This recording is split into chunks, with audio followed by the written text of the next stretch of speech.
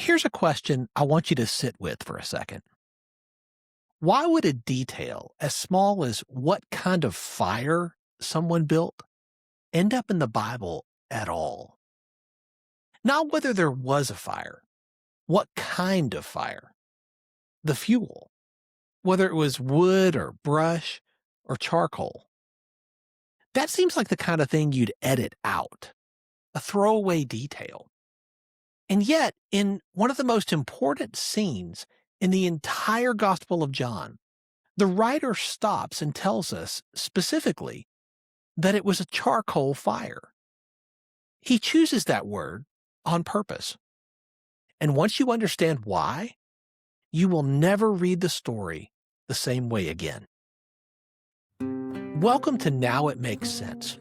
I'm Dr. William Attaway, and this is the show where we go back to the world the Bible was actually written in, so that what these ancient words meant then can finally make sense now.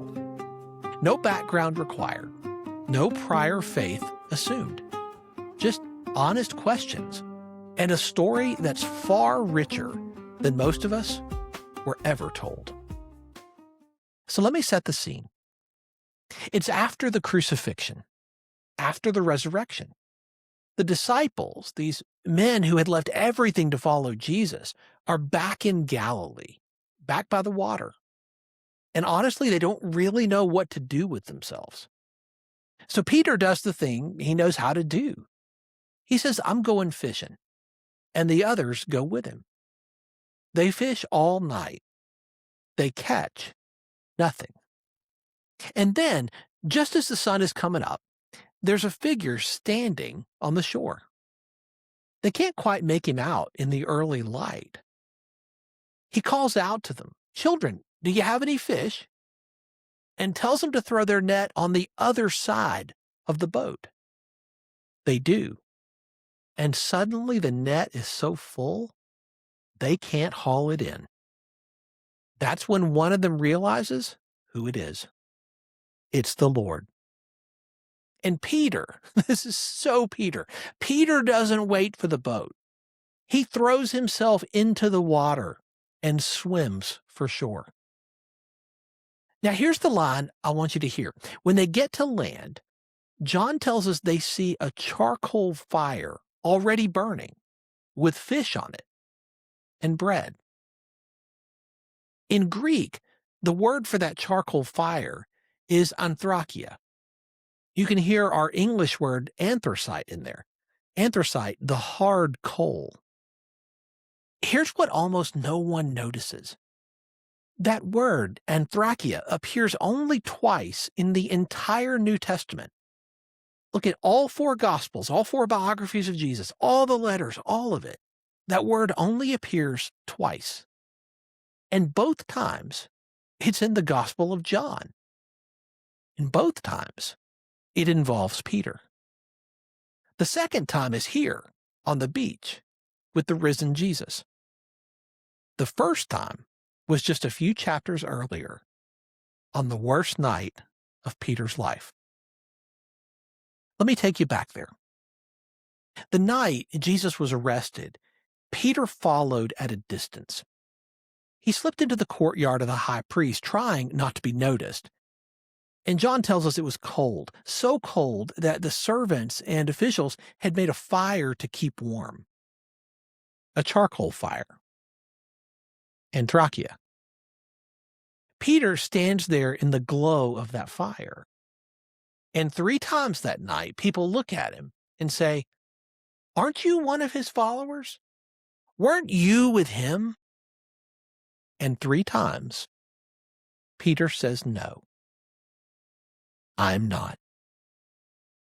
That third time, when he was confronted by a teenage servant girl, he denies even knowing Jesus. And immediately, a rooster crows in the distance. Peter remembers that Jesus had told him this would happen. And he goes out and he weeps bitterly. That's the last time we see Peter before the cross. A man standing by a charcoal fire, denying he ever knew the person he loved most in the world. Every time he smelled that smell, Peter remembered his failure. Now, come back to the beach. The fishing is done.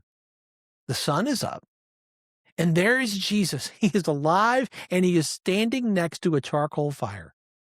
That same word, the same specific sensory detail.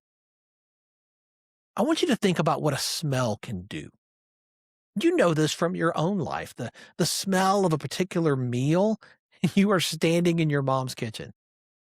Smell is the sense most tightly wired to memory. It bypasses your thinking brain and it goes straight to the part of you that feels. So when Peter walks up onto that beach and he smells the charcoal fire, the exact kind of fire he was standing beside when he denied Jesus 3 times, what do you think happened inside of him? This is not an accident. Jesus could have grilled that fish any number of ways. John could have left that detail out. Instead, the text plants us right back into the memory of Peter's deepest failure. But here's the turn. Here's why this is one of the most beautiful scenes in all of Scripture. My personal favorite. After they eat, Jesus turns to Peter and he asks him a question. Simon, son of John, do you love me? Peter says, yes, Lord, you know that I love you. And Jesus says, feed my lambs.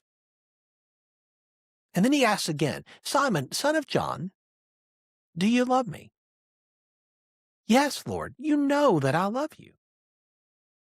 And Jesus said, take care of my sheep. And then, a third time, Simon, son of John, do you love me? And the text says Peter was grieved that Jesus asked him a third time.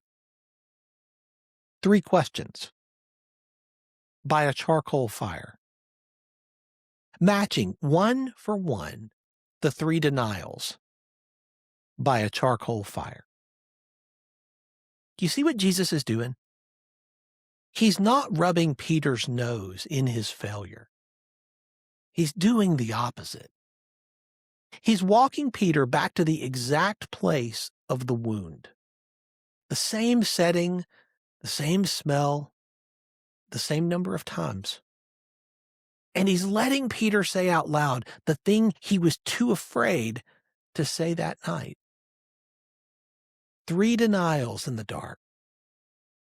3 declarations of love in the light. Jesus is still for Peter. And he wants him to know that. Jesus is not interested in shaming Peter here. He's interested in healing him. And he knows that real healing doesn't happen by pretending the wound isn't there. It happens by going back to it and rewriting the ending. Now, you might be listening to this and thinking, okay, that's a moving story. But does that one word, anthrakia, really carry all that weight? Am I reading too much into a fire? That is a fair question. And I want to honor it because this is a show for people who ask fair questions. Here's what I'd say. On its own, one word doesn't prove anything. But the Gospel of John is famous among scholars for being a deeply intentional piece of writing. John doesn't waste words. He chooses small details and he lets them carry enormous meaning. He's the kind of writer where the things that look like background are often the whole point. In this particular detail, a rare word used only twice in the entire New Testament, both times with the same person, at the 2 most pivotal moments of that person's story, that is exactly the kind of fingerprint a careful writer leaves on purpose. You're not imagining it.